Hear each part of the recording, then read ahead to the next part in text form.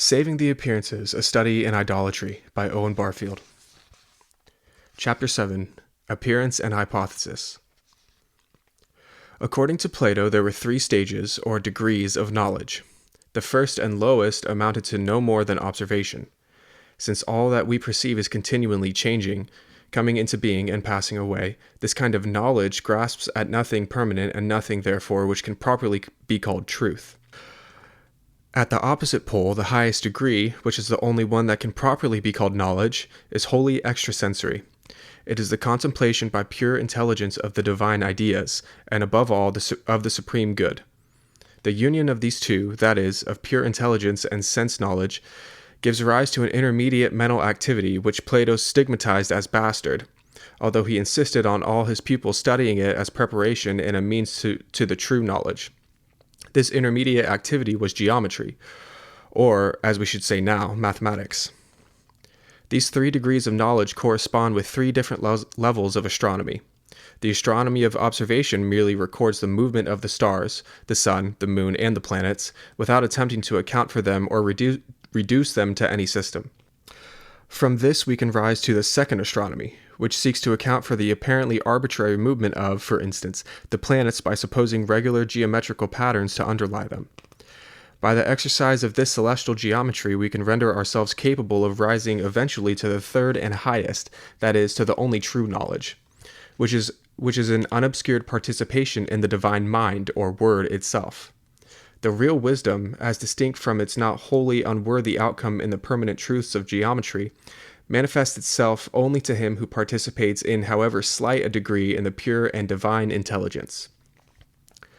This intelligent participation, the privilege of philosophy and in the last resort of initiation, was not mystical, for mystical experience is essentially other than ordinary experience.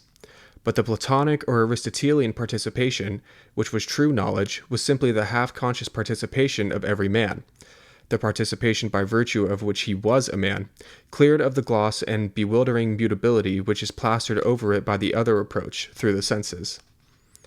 Plato further laid it down orally, as we learn from later astronomers, that the science of astronomy proper lay within the middle one of these three spheres of knowledge. In the first place, the quote, phenomena, or appearances, that is, the apparent movements of the heavenly bodies, could be watched by observation. In the third place, the true knowledge, since it was acquired with the divine spirits who ensouled or guided the heavenly bodies, had already laid down certain fundamental principles not derived from observation. It was for the science of astronomy, in the second place, to save the appearances, that is, the apparent movement of the heavenly bodies, and particularly of the sun, moon, and planets, which were the most difficult to account for, by devising hypothetical patterns of movement, which would account for the appearances without infringing on the fundamental principles. Later on, I shall say something of the mental spatial experience which claimed to determine the nature of movement out of the nature of pure thought. It appears as a mere confusion to the alpha thinking of today, though that too is beginning to talk without appreciable discomfort of space-time. Here it must suffice to record that the prescribed movements were, among other requirements, perfect circles at a constant speed. There is perhaps more of physics than astronomy in Aristotle's De Caelo, but, as far as the three stages of knowledge and the fundamental principles just referred to are concerned, he was substantially in accord with Plato. The quote, phenomena, of which the astronomy of Greece and of the Dark and Middle Ages spoke, were of course not quite what we today mean by phenomena, a word which, outside philosophy, has come to be practically synonymous with objects and events. The middle voice of the Greek verb suggests neither wholly what is perceived from within themselves by men, nor wholly what, from without, forces itself on man's senses, but something between the two. This is also fairly suggested by the English word appearances, which is generally used in translating the once hard-worked phrase, and Barfield has the Greek here, to save the appearances. The phrase used by Simplicius in his 6th century commentary on Aristotle's De Caelo continued to dominate astronomy down to the time of Copernicus.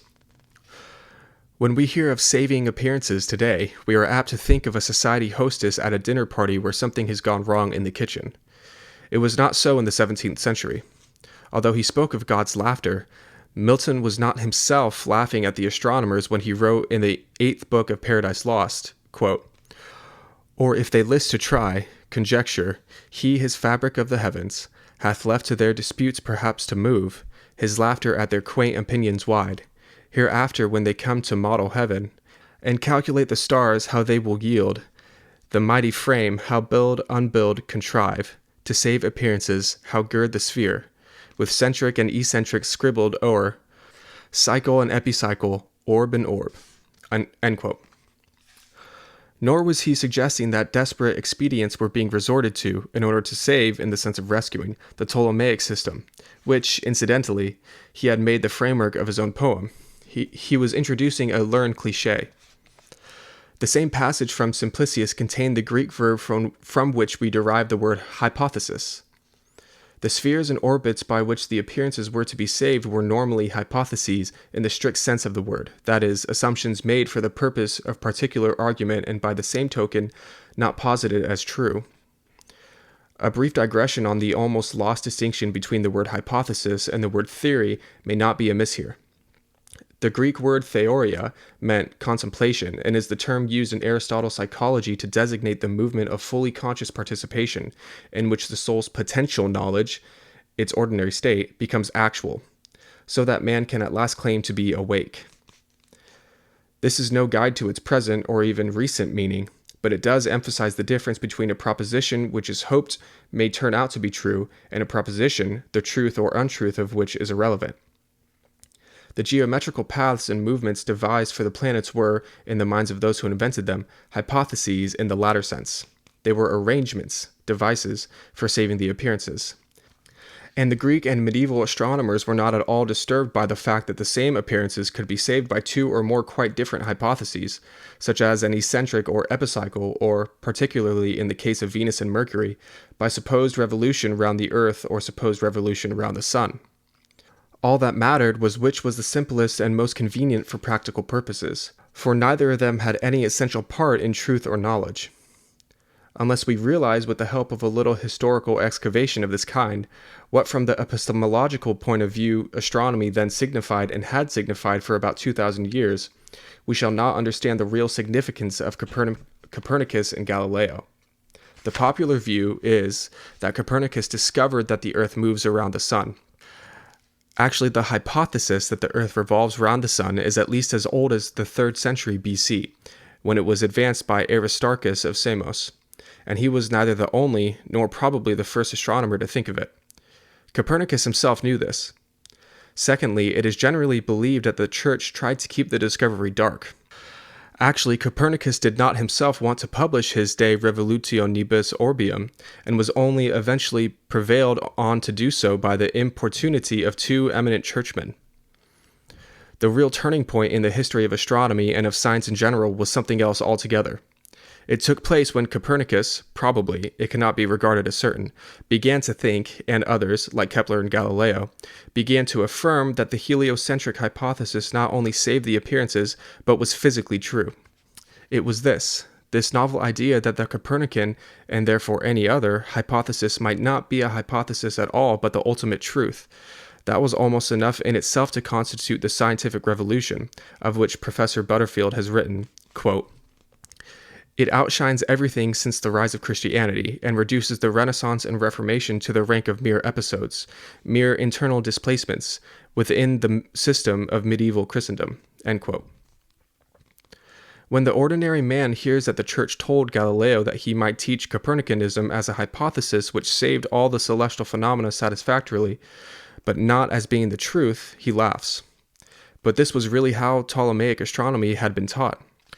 In its actual place in history, it was not a casuistical quibble.